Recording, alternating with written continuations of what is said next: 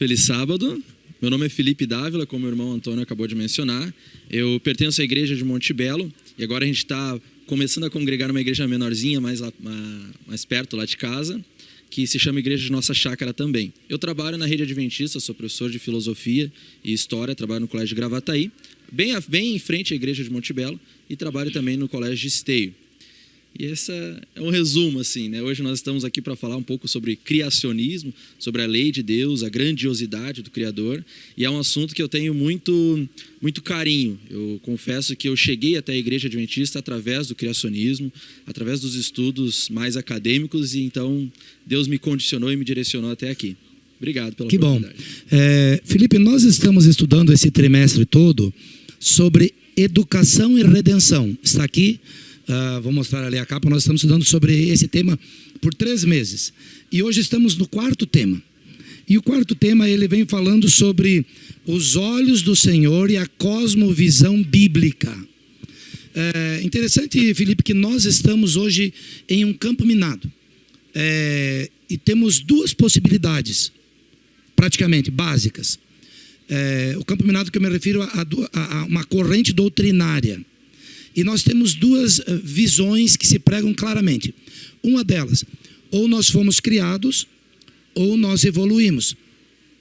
Então nós vamos, nessa semana, discorrer um pouquinho sobre essa perspectiva, que não existe campo neutro, na verdade. Não existe campo neutro. O campo está minado ou de uma teoria, ou de outra teoria. Quais as implicações se acreditarmos numa, quais as implicações se acreditarmos noutra, qual a linha que nós devemos adotar. Portanto, a lição ela começa falando, no verso áureo da lição de Provérbios 15:3, diz assim, os olhos do Senhor estão em todos os lugares, contemplando os maus e os bons.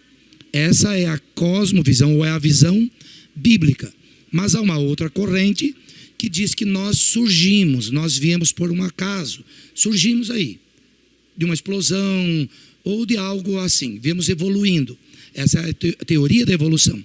O que tu tens a pontuar conosco nessa manhã sobre esse assunto?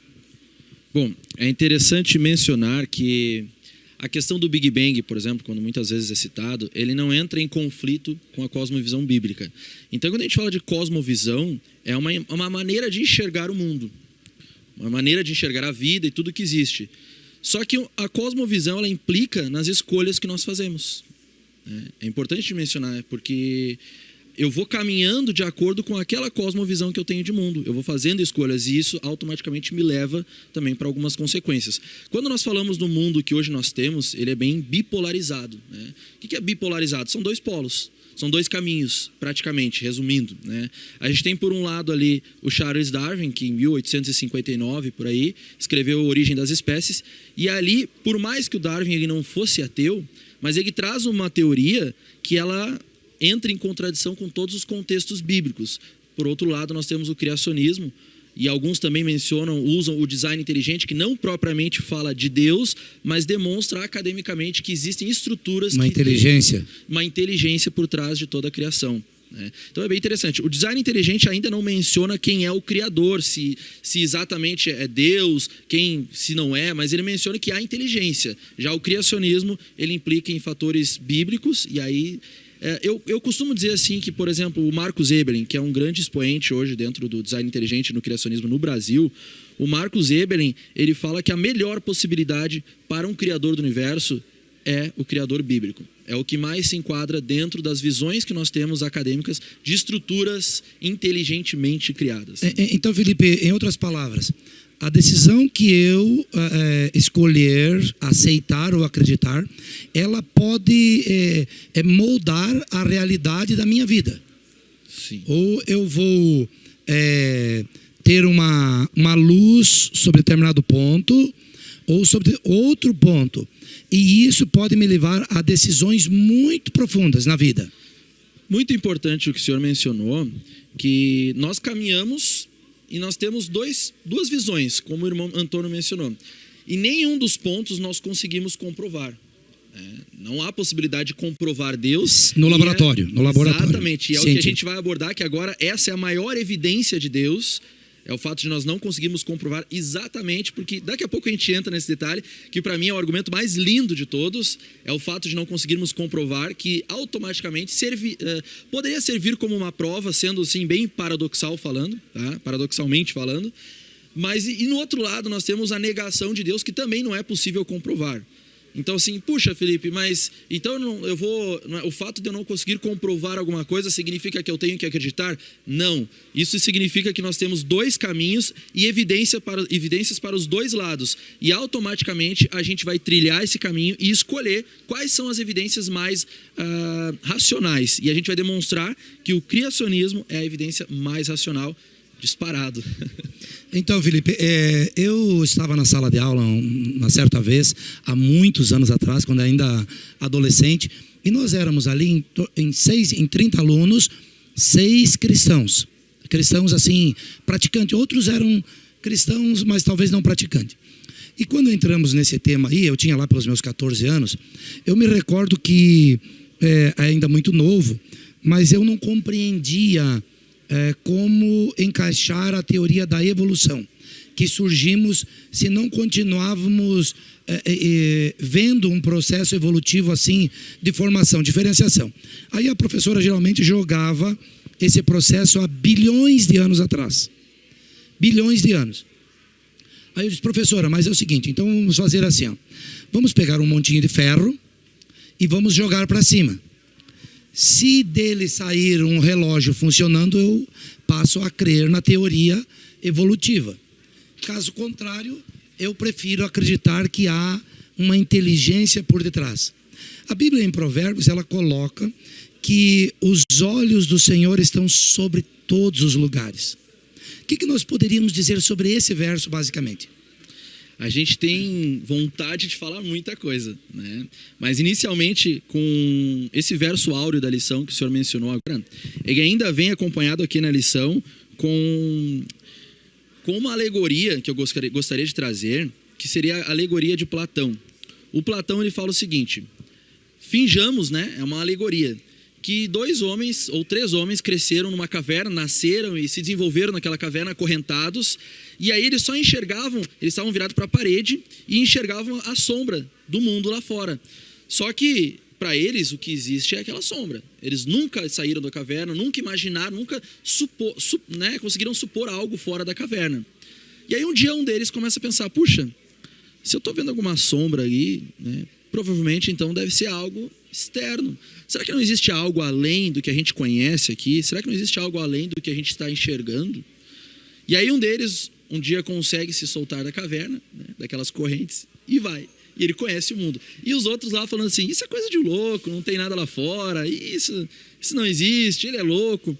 E quando ele encontra aquele mundo maravilhoso, um mundo real, né, aí o Platão nos fala que aí surge o idealismo, que é a teoria do Platão, que aí surge o platonismo, que tudo é perfeito, a gente atrela o ideal com o perfeito, e aí a gente entra em outras teorias. Mas o que eu quero dizer? O Karl Popper, que é o pai da ciência moderna, ele fala que justamente o que está aqui na lição, não existe ponto neutro.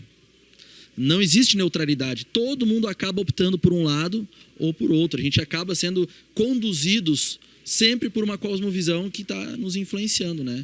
Então é bem interessante atrelar esses 2 pontos. Duas visões, então, aí. Uma delas é que o universo e tudo que nele há, incluindo nós, simplesmente existe do nada. O nada o criou, o nada o formou. Não há deuses, não há divindade. A realidade é puramente material, puramente natural. Como foi dito há 2.500 anos, essa não é uma ideia nova. Existem apenas átomos vazios. A outra Deus, um ser divino, criou o universo. Isso parece mais lógico para mim. Isso parece mais racional. Acreditar que há uma inteligência por detrás que formou, que criou o universo. Para mim parece mais lógico. E eu prefiro acreditar nessa visão, ter essa visão. Mas a Bíblia, ela trabalha com isso. Então, a Bíblia mostra que existe um Deus.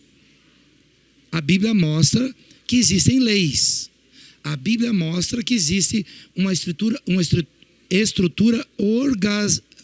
organizada. O que tu podes pontuar aí? Bom, a primeira opção ali que fala que tudo são átomos e vazio, ela vem de Demócrito, lá na filosofia grega antiga. E a segunda opção, que mostra que há um Deus, um Criador, um Todo-Poderoso. Por que agora a gente vai entrar naquele ponto de que não há como comprovar e que esse é o argumento mais lindo? Ele é conhecido como argumento cosmológico. Lógico ou logia vem de estudo e cosmo vem de visão, a visão ampla, né? Então seria o estudo da visão, a visão mais ampla de todas. Quando a gente olha para o universo, por exemplo, a gente percebe que o universo está expandindo. Se o universo está expandindo, automaticamente significa então que ele foi menor. Se o universo, então a gente vai caminhando. Se o universo ele foi menor, ele teve um início. Pronto. Se nós entramos então em algo que tem um começo, que tem um início, automaticamente nós caímos na lei da causa e efeito. Tá? O que é a lei da causa e efeito? Todo o efeito tem uma causa. Isso é um fato. Isso não é uma proposta, não é uma teoria, não, é um fato. É que nem lei da gravidade, lei da inércia, lei da causa e efeito. Então, se o universo é um efeito porque ele teve um começo, então ele é um efeito. A causa do universo, como deveria ser? Aí a gente vai analisar, então, o universo, para entender a causa do universo. O universo ele é constituído basicamente por matéria e o espaço-tempo. O espaço-tempo é uma coisa só. Embora muitas vezes a gente tenta separá-los, mas o espaço-tempo é uma coisa única. Né? Falo coisa para ficar mais simples para a gente compreender. Então, o universo constituído por matéria e espaço-tempo, a gente começa a pensar assim, puxa, então o criador do universo obrigatoriamente é externo à matéria e o espaço-tempo. Porque se ele criou o universo e o universo ele é externo ao próprio universo, porque ele não pode estar... Ele está fora dele. Está fora do universo, não pode estar dentro do universo, né? Como é que ele criou o pensamento pensando, o oxigênio respirando? Não, ele é externo a tudo. Então, olha só, Deus... não vamos falar ainda o nome Deus, mas vamos falar de um Criador, que é fora do tempo, fora do espaço, fora da matéria. Daqui a pouco a gente vai falar sobre moral, mas já dando um spoiler, né? Se nós temos moral, então ele é um ser moral. Isso cai como uma luva no ser que nós conhecemos e chamamos de Deus. Mas agora vem o porquê que nós não conseguimos comprovar, que eu falo que eu adoro falar sobre isso. Nós vivemos no universo, correto, né? Todo mundo conhece seu endereço aí. Então, se nós vivemos no universo, tudo que está no universo é matéria, espaço-tempo, porque ele é constituído por isso. Nós somos matéria, espaço-tempo. Tudo que nós conhecemos é matéria, espaço-tempo. Tudo que nós pensamos é matéria, espaço-tempo. Então, as nossas ferramentas acadêmicas e científicas também são matéria, espaço-tempo. Agora fica a grande pergunta. Como que uma ferramenta limitada à matéria e espaço-tempo pode comprovar um ser externo à matéria e espaço-tempo? Não tem como, ela é menor. Então, qual é a conclusão? Se Deus fosse comprovável pelo método empírico que nós temos, limitado à matéria e espaço-tempo, não seria Deus. Deus tem que ser justamente externo a isso. E automaticamente, por ser externo a isso, não conseguimos alcançá-lo em métodos empíricos. Não conseguimos levar para o laboratório. Exatamente. Porque se fosse possível, não seria Deus. Não vai ser estudado no laboratório. Não tem. Então, o que nós podemos dizer para o nosso telespectador que está em casa é que nós não conseguiremos levar Deus ao laboratório, pois daí ele não seria Deus. Agora, Felipe. Só abrir um parênteses. Vai, filho. Por que o cristão entende que Jesus é Deus? A gente vai falar mais de forma teológica daqui a pouco, mas olha só, você já refletiu, puxa, né? Filosoficamente, será que existe algum argumento do porquê Jesus é Deus? Lembra que nós não conseguimos conceber Deus, nem a nossa mente também é limitada ao universo, que é matéria, espaço-tempo. Então a gente não consegue nem conceber Deus na nossa mente. Qualquer suposição dele, automaticamente a gente vai estar errado, porque a gente não consegue alcançá-lo na sua totalidade. A única forma do homem se relacionar com Deus é ele se transformando no ser humano, é ele se reduzindo à nossa realidade. É por isso que o cristão crê que Jesus é Deus. Muito bem. Felipe, olha só. Qual a implicação de crermos em uma linha de pensamento ou outra linha de pensamento? Por exemplo, a visão de cada um praticamente determina o que você será no futuro. Eu tinha um amigo que ele falava claramente, que ele ensinava os filhos deles que eles deveriam ser sempre os melhores. E nem que para isso, se necessário fosse, tivesse que passar por cima dos coleguinhas na escola, na sala de aula. Tivesse que, vamos usar uma expressão aqui agrícola ou da indústria, nem que eu tivesse que patrolar o outro, passar por cima, aniquilar o outro. Porque já quando fui gerado, eu já fui o melhor espermatozoide, o mais forte. Então eu tenho que continuar nessa linha, sendo o melhor. Qual a implicação básica que nós temos assim? Ou acreditamos na visão bíblica de que há um ser supremo que criou e que automaticamente tem leis que regem o universo e a minha vida, e tem propósitos para a minha vida não se resume a 50, 60 ou 70 anos, tem algo a mais do que isso, ou acreditarmos na teoria evolutiva. Qual o significado de eu acreditar nisso? O que pode acontecer eu acreditando em uma ou outra linha dessas? Nós temos o evoteísmo, que seria o teísmo apresentado através da teoria da evolução. Eu gostaria de começar respondendo esse questionamento com a pergunta de Leibniz. Uma coisa é explicar como funciona o processo, é explicar como a água, qual é a composição da água, as composições químicas, etc. É bem interessante, né? Óbvio, é ciência. Mas isso não responde à motivação do porquê aquilo porque existe. Explicar como funciona o processo não refuta a existência de que há uma motivação do porquê o processo existe. Por exemplo, eu preciso de água para sobreviver, existe água. Eu preciso de oxigênio para sobreviver, existe oxigênio. Eu preciso de nutrientes para sobreviver, existem os nutrientes. Por que o processo funciona assim?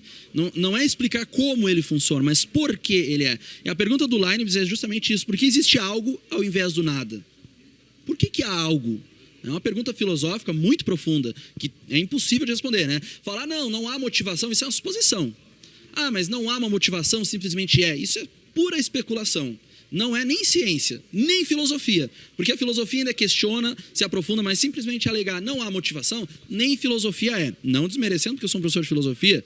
Então, assim, o evoteísmo, ele é uma tentativa de alinhar a fé junto com o evolucionismo. Qual é a implicância, né?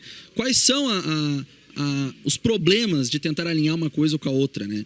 Bom, a teoria da evolução, ela assume que a morte faz parte de um processo natural. Né? Na teoria da evolução, é natural morrer e as outras espécies indo morrendo até se adaptar. E eu gostaria de fazer um pequeno... Acho que eu vou falar depois, porque senão eu vou me estender muito. Mas assim, se a morte ela é um processo natural, como aplica a teoria da evolução, e os evoteístas, que são os que creem em Deus, eles creem que Deus proporcionou o processo evolutivo. Tá? Isso, Deus que ocasionou a evolução. Esse é o evoteísmo. Tá? Então, assim, se o evoteísmo está certo, então a morte faz parte de um processo natural. E isso contradiz frontalmente Deus. Porque Deus não fala que a morte é um processo natural. Morte é consequência do pecado, e pecado não é processo natural. Morte é a cessação da vida, e Deus criou o ser humano para viver eternamente. Qual seria a lógica de toda a complexidade do universo, toda a estrutura do universo, tudo que existe? Qual é a lógica da vida se ela é a morte? Para morrer. Entendeu? Então, assim, a teoria da evolução, assumindo que a morte é um processo natural, como ela vai frontalmente contra o que Deus afirma na Bíblia, porque a morte na Bíblia... ela é consequência do pecado, não é um processo natural. Então não tem, o evoteísmo ele é mais anticristão do que o próprio evolucionismo em si. Felipe, a Bíblia ela pontua assim, que o nécio diz no seu coração não há Deus. Agora a Bíblia lá em Gênesis ela começa dizendo assim, no princípio criou Deus. Então ela vai mostrando, a Bíblia na cosmovisão bíblica, vai mostrando que há um arquiteto, um engenheiro, que criou, que organizou. Agora você falou ali sobre Jesus. Eu queria que tu pontuasse assim, como Deus pode se revelar para nós? Por exemplo, a natureza, ela tem como mostrar Deus? A natureza? Ela pode mostrar Deus? Perfeito. Quando nós analisamos a natureza, a gente percebe algumas características triunas. Né? O que é triuno? É 3 em 1. É 3, mas é 1. Né? E aí quando a gente observa algumas coisas bem simples, né? Eu nem tenho como citar tudo agora aqui, mas por exemplo, o tempo, né? Que é passado, presente e futuro. 3 em 1. A base da matéria, que são os átomos, que é prótons, elétrons e nêutrons. 3 em 1. O espaço, que é altura, largura e profundidade. 3 em 1. E existem outros exemplos, né? Eu não gosto muito de falar das cores porque eu sou daltônico. Mas existem 3 cores que formam todas as outras. Aqui tem um verde, um branco e um amarelo. Não sei. Então, assim, a gente enxerga na natureza, além de toda a organização e estrutura, mostra que há, né, inteligência, nós enxergamos ali características triunas, um tripé na natureza. E quando a gente olha para a Bíblia, qual é a surpresa, né? Tu enxerga ali um criador triuno, Pai, Filho e Espírito Santo. Eu costumo dizer que isso é como se fosse uma assinatura, né? Tudo nós temos o nosso jeito, né? O Senhor tem a sua letra, o seu jeito de escrever, o seu jeito de falar, eu tenho o meu. Então, eu lembro quando eu era pequeno, meu pai falava assim, ó, faz tal coisa. Aí eu ia lá e fazia, ele falava assim, tem que fazer do meu jeito mesmo. Tem que ser, cada um tem o seu jeito, né? Então, assim, com Deus não é diferente. Nós observamos a estrutura de Deus na estrutura da natureza. Então, por isso que o Marcus Eberlin ainda fala que ele consegue enxergar Deus na natureza, o Deus bíblico, né? O Isaac Newton, ele tem uma frase muito linda que é o seguinte, né? Era uma frase até para encerrar a lição, mas eu não consigo me conter agora. Ele diz assim, o que nós conhecemos é uma gota e o que nós ignoramos é um oceano. Que profundidade. Isso é para ver quanto nossa mente é limitada, né? Nós, talvez aí, os bons de mente aí conseguem usar 5% do cérebro, sei lá, 10% no máximo. E para ver como há coisas para serem exploradas que nós não temos esse conhecimento ainda e essa questão aí. Bom, nós indo um pouquinho para frente, nós estamos inseridos numa guerra espiritual. Há o mal e o bem. E eles permeiam a nossa vida constantemente. Somos atacados pelo mal e somos, através de Deus, então, influenciados ou lembrados do bem que devemos proceder, viver ou expressar. Na tua ideia, qual uma revelação assim que a Bíblia nos traz de uma amostra do bem assim? Deus se manifestou de forma mais clara? Por exemplo, a Bíblia nós já vimos que ela mostra que há um arquiteto, um engenheiro, um criador. Agora nós não podemos levar ele para o laboratório. Mas Deus se tornou conhecido, se fez conhecer do homem para que o homem pudesse entendê-lo um pouco melhor? Bom, muito boa essa temática. E antes de mencionar ela, gostaria que a gente não esquecesse, eu preciso abrir um parênteses para falar um detalhe, né? As pessoas podem pensar assim, puxa, eles estão ali falando de evolução, mas né, talvez eles não saibam, não entendam o que estão falando, né? Mas não abordaram mais a evolução. O que é evolução, né? Eu preciso mencionar 2 aspectos importantes. A gente estuda, a evolução, é a mutação, não necessariamente uma melhora, mas é a transformação biológica de um ser vivo. Esse é básico, essa é a premissa básica da evolução, a transformação através de adaptações. E aí, para a gente compreender como a evolução ela age, existem 2 classificações imaginárias, tá? Que seria a micro e macroevolução. Tá? Por que eu falo imaginárias? Porque evolução é mutação, né? A transformação através da adaptação. E aonde que ela é fato e aonde ela não é. Essa é a grande confusão. Porque muitas pessoas falam assim, a evolução é fato, como que tu está questionando? Sim, ela é fato numa escala, noutra não. Qual a escala ela é factual, né? Seria a microevolução. O que é a microevolução? É uma mutação dentro de uma pequena espécie. Dentro de uma espécie há mutações, há transformações, adaptações. Se nós pegarmos um sol muito forte agora aqui, a nossa pele ela vai se adaptando ao longo do tempo com isso. Isso é um fato. As bactérias elas vão se transformando. Daqui a pouco a gente toma um remédio para dor de cabeça, né? Ou o vírus, por exemplo, né? O amoxicilina, acho que é. Daqui a pouco ele já não faz mais efeito, né? Tem que tomar outro. Então essas adaptações assim, elas são factuais mesmo. As bactérias elas mudam. O problema é quando alguém pega e usa esse pequeno fato para dizer assim, bom, se há uma pequena mudança em alguns anos, então em milhões de anos a transformação vai ser muito maior. Não. Por que não? Primeiro, porque não há comprovação científica. Não é observável. Logo, ele não é empírico.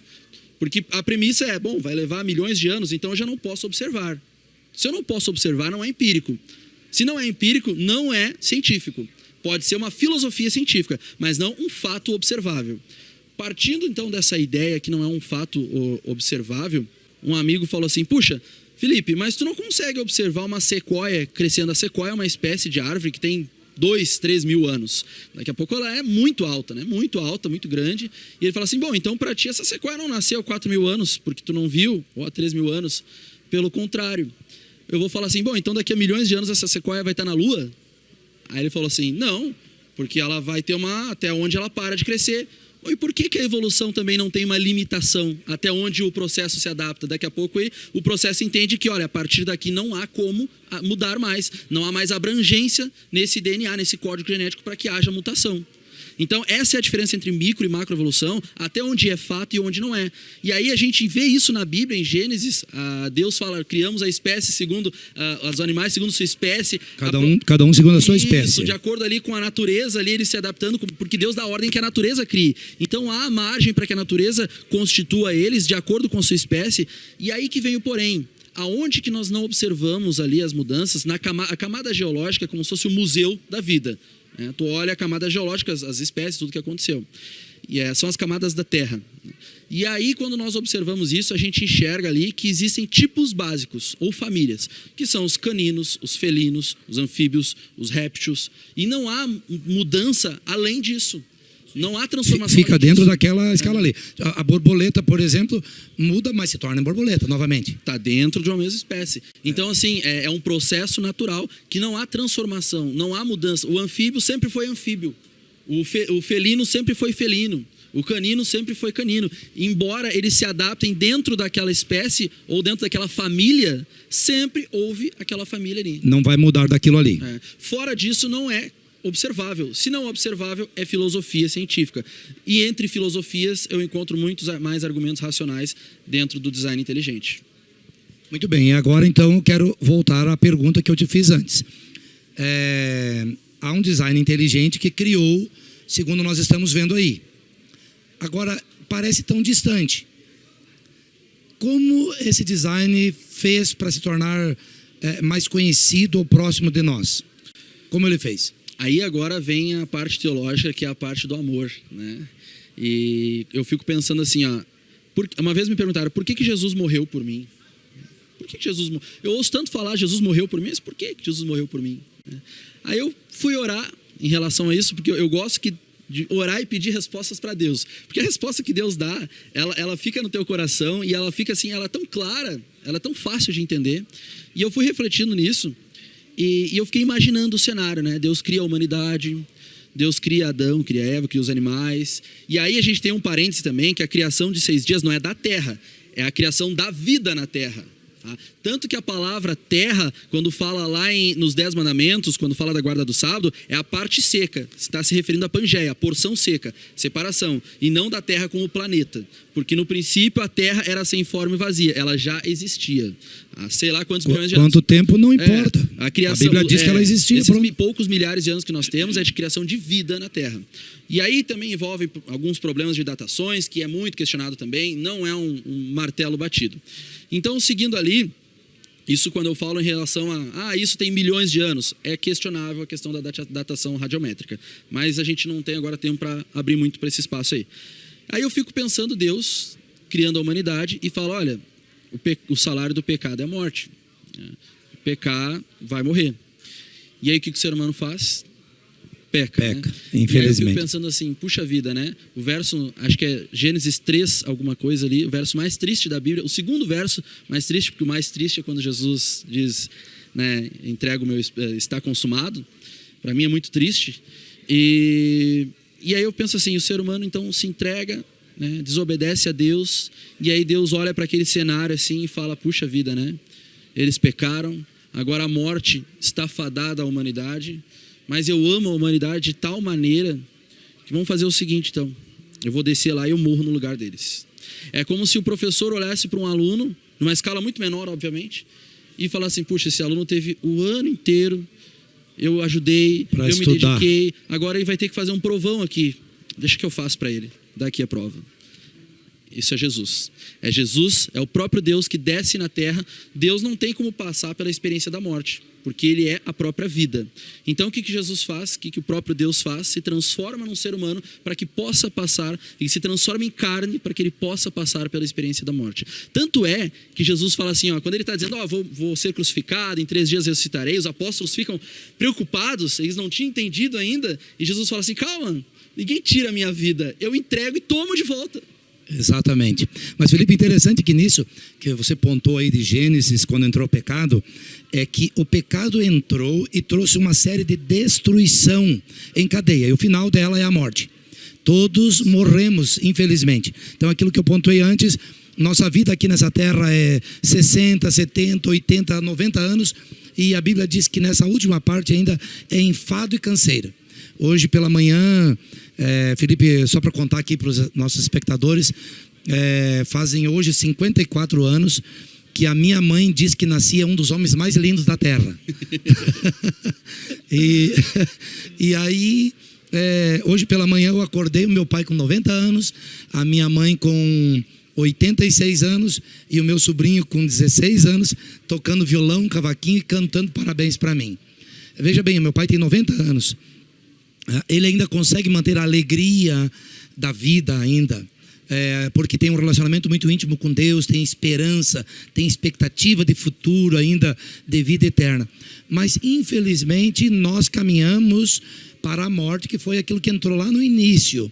Agora, a morte veio e destruiu, Cristo veio e reconstruiu.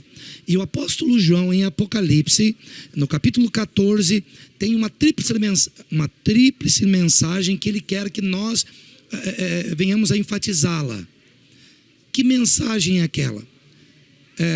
Ali ele está dizendo para nós adorarmos o Criador. Adorarmos o Criador. E isso é chamado de o Evangelho Eterno. Bom, se o Evangelho é salvação, nós vemos então comprovadamente desde a criação Deus buscando salvar o homem, e agora vem Cristo para reconstruir ou para dar a salvação para o homem.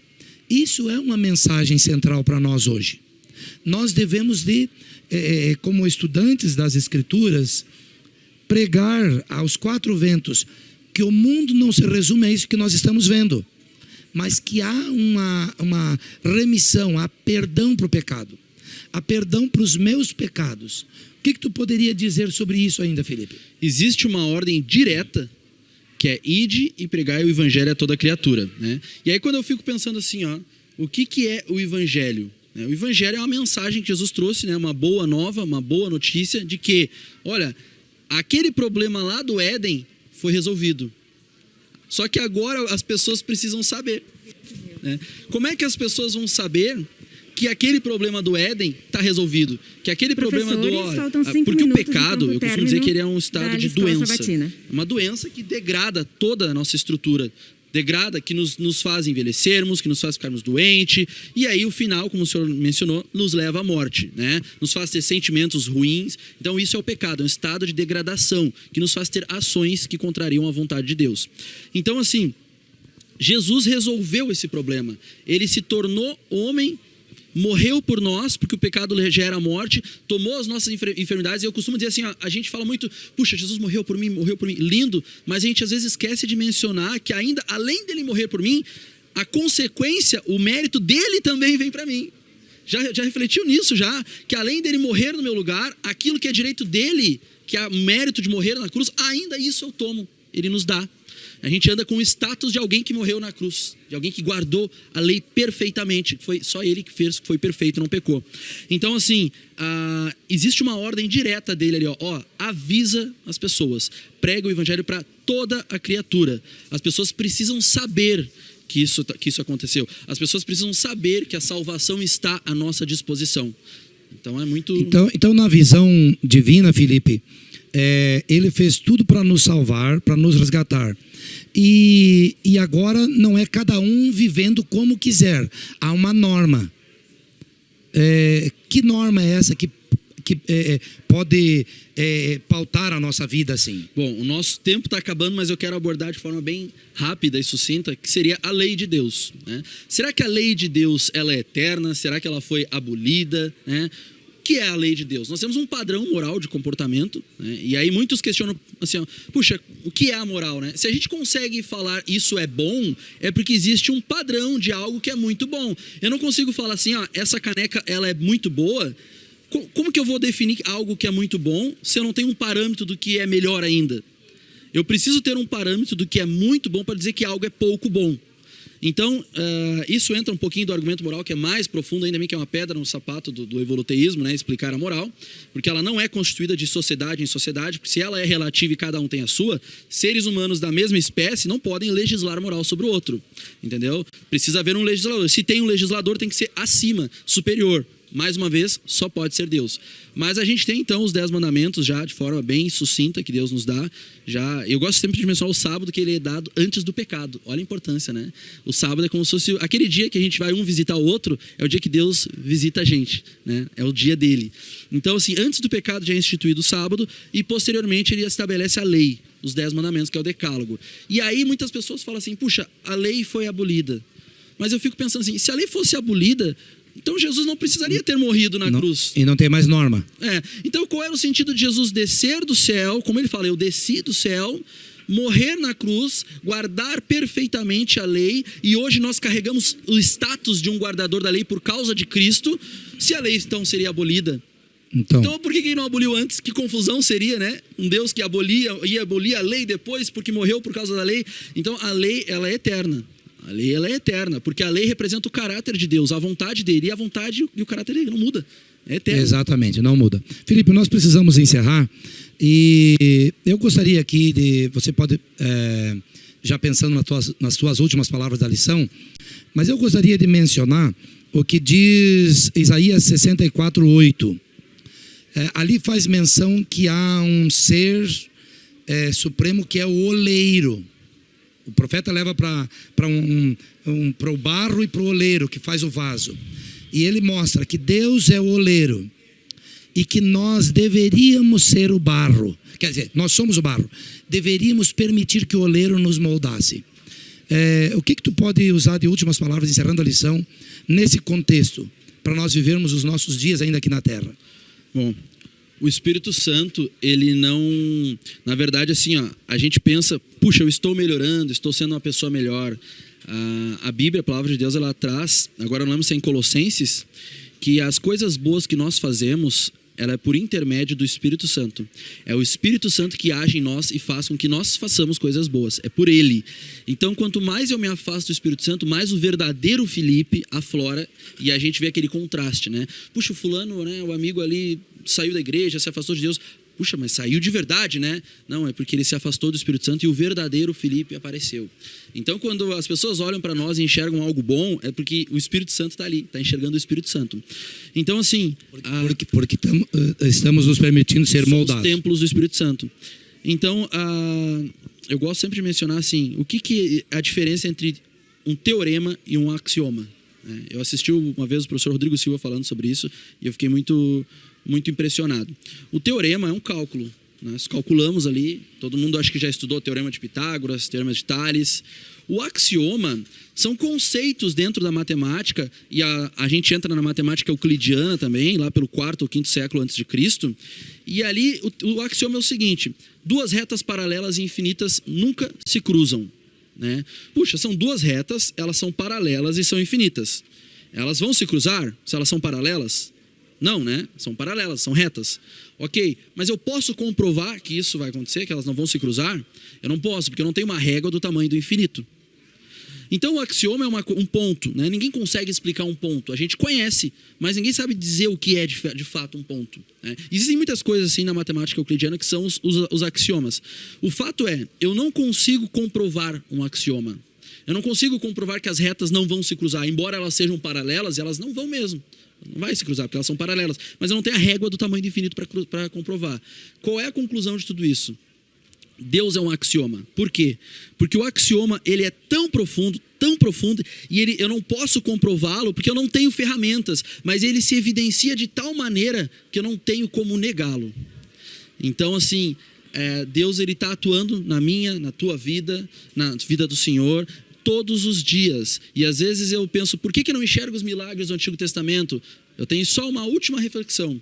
Na hora que Deus fala assim, Moisés, levante a mão sobre o mar, o que Moisés fez? Ele levantou e acreditou. Se Moisés quisesse resolver do jeito dele, falar assim, puxa, vamos resolver aqui, vamos falar com o faraó, ninguém morre, a gente volta. Moisés nunca teria visto o mar abrir. Exato. E a gente não teria essa história para contar hoje. Então, permita que o Espírito Santo trabalhe e faça. Porque o mérito, a obra não é nossa. Nós somos funcionários, servos de Deus. E se a gente permitir, que nós permitamos sermos usados por Cristo, as coisas vão acontecer. Felipe, Amém? nosso tempo acabou. Eu apenas quero dizer, você não é um átomo que funciona por reflexo ou por instintos ou é uma máquina.